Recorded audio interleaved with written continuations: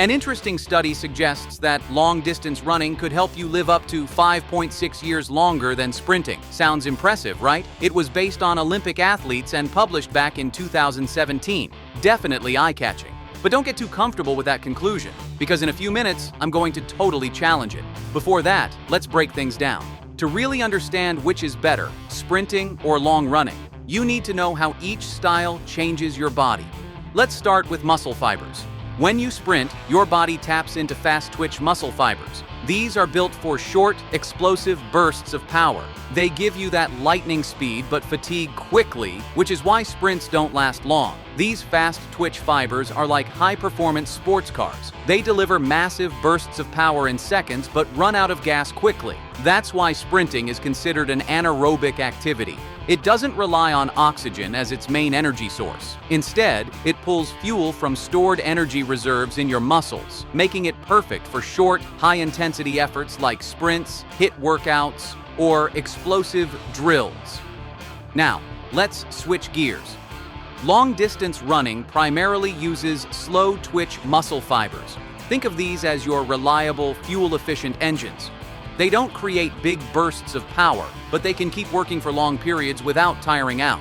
This makes them ideal for jogging, marathon training, or any sustained activity where pacing yourself is key. Now, let's dive into the second big difference: fat loss and body composition. When it comes to how these two styles of running shape your body, the differences are striking. Endurance runners, especially those who cover long distances, tend to have a much leaner frame. Why? Because jogging or running for long periods dramatically increases your total energy expenditure. You're burning calories for an extended time, which keeps overall body fat low. This is why marathon runners often have low body fat percentages and that slim, wiry look.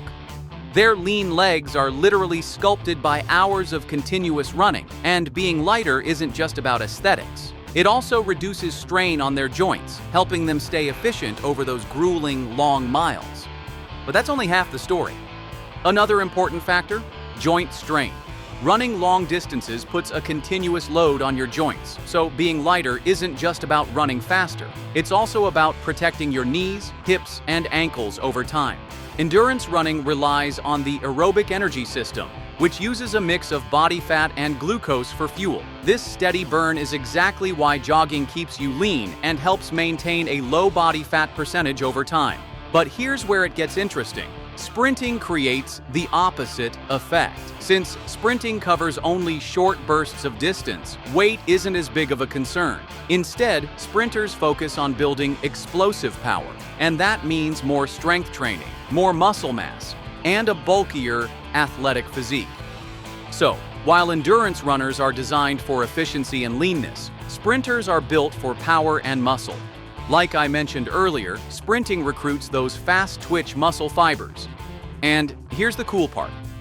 The more of these fibers you develop and the stronger they become, the faster you can run. But that speed doesn't just come from running sprints alone. Sprinters also spend a lot of time in the gym, focusing on strength and hypertrophy workouts. That's just a fancy way of saying muscle-building training. This combination of explosive sprinting and targeted weightlifting is what gives them that powerful, muscular physique you often see on elite sprinters. In fact, research shows something interesting. Sprinters and long-distance runners actually have similar body fat percentages, but sprinters tend to look bulkier. Why? Because they carry more muscle mass overall. Here's something fascinating. Runners actually have similar body fat percentages. But here's the twist. Older sprinters often show an even lower body fat percentage. And it's not because they're starving themselves or running more. It's because they've built more muscle mass over time. That extra muscle burns more calories at rest and keeps their body composition in check. And this leads us to point number 3. Body shape. Sprinting builds a completely different physique. Just look at elite sprinters. Broad shoulders, powerful arms, and a well-developed upper body. That's not an accident. Sprinters train for explosive power, and that full body strength shows. And there's a reason for that upper body development. Sprinters need serious upper body force to launch themselves explosively off the line and maintain top speed. Now, compare that to endurance runners. They have a completely different build. leaner, lighter, and designed for efficiency. Their training focuses on stamina, so they keep muscle mass to a minimum, especially in the upper body. Instead, they concentrate on developing lower body muscles that can carry them mile after mile without burning too much energy. So here's the takeaway. If your goal is to look lean and clean, go for long-distance running. But if you want to look bulkier, stronger, and more athletic, then sprinting might be your best bet. But here's where it gets even more interesting. The type of running you choose doesn't just change how you look, it changes how your heart works. Sprinting pushes your heart rate into the anaerobic zone. You're operating at near maximum effort for short bursts. Over time, this can actually increase the size of your heart's left ventricle, giving it more pumping power. While sprinting isn't designed for endurance, it does improve overall heart strength and efficiency.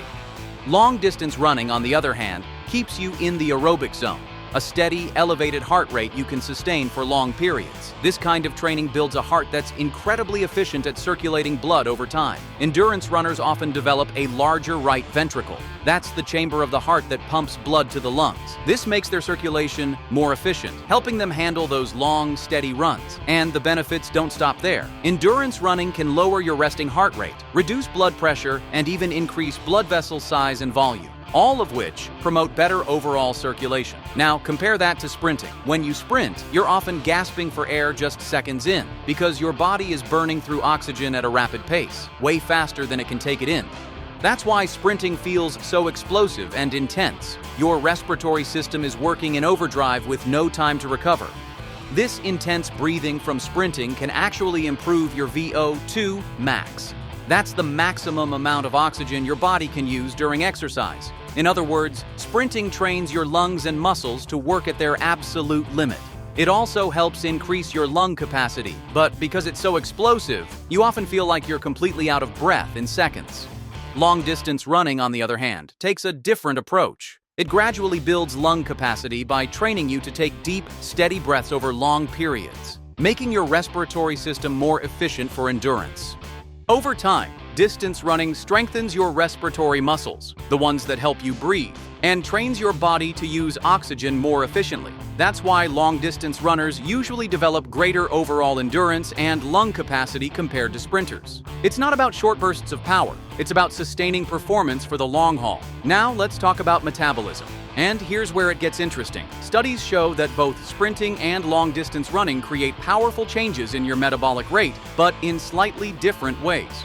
Here's some good news for runners. They tend to keep high levels of insulin sensitivity and optimal glucose metabolism throughout their lives, no matter their age. Why does that matter? Because insulin sensitivity helps your body manage blood sugar efficiently, which is key to preventing conditions like diabetes. But there's a small twist. Sprinters sometimes show slightly higher fasting glucose levels compared to endurance athletes. That said, sprinters still have much better overall metabolic health than people who live sedentary lifestyles. So sprinting definitely beats sitting on the couch. Endurance runners also tend to have a more favorable lipid profile. That means healthier levels of fats in the blood. This likely helps explain why they have a lower risk of diabetes compared to sprinters. The difference in fasting glucose levels between sprinters and endurance runners might come down to the different energy systems each uses during exercise. But here's the key takeaway. Both groups avoid the sharp decline in insulin sensitivity that sedentary people often face. So whether you sprint or go long, you're still protecting your metabolic health better than most. Now, let's switch gears and talk about bone health, a super important but often overlooked part of fitness. Studies show that sprinters have higher bone mineral density compared to endurance athletes. Why? Because sprinting involves higher impact forces. Those explosive bursts put a lot of stress on your bones, which actually stimulates bone growth and strengthens them. This impact not only builds stronger bones in the legs, hips, and spine, but interestingly, sprinters even have higher bone density in non-weight-bearing areas like their arms. Runners definitely benefit from the weight-bearing nature of running, which is great for bones. But when it comes to bone density, the results for endurance runners are a bit mixed. That's because the lower intensity, prolonged impact of jogging just doesn't provide enough stimulus to really boost bone growth like sprinting does. But sprinting comes with a trade-off. it increases the risk of injuries, especially to tendons, due to those intense explosive forces. Now, let's look beyond the body and talk about how your running style affects your mood and sleep. Sprinting can trigger a greater release of endorphins, those feel-good chemicals that give you the famous runner's high. Because sprint workouts are short but intense, they often leave you feeling energized and pumped up afterward. That high-intensity effort can even improve your sleep quality. Endurance running, meanwhile, tends to be more meditative. It helps lower stress hormones like cortisol and promotes mental clarity and mood regulation. Some studies even suggest that marathon runners and endurance athletes may live longer than sprinters. Remember that study I mentioned in the intro? The one claiming Olympic sprinters live 5.6 years less than endurance runners?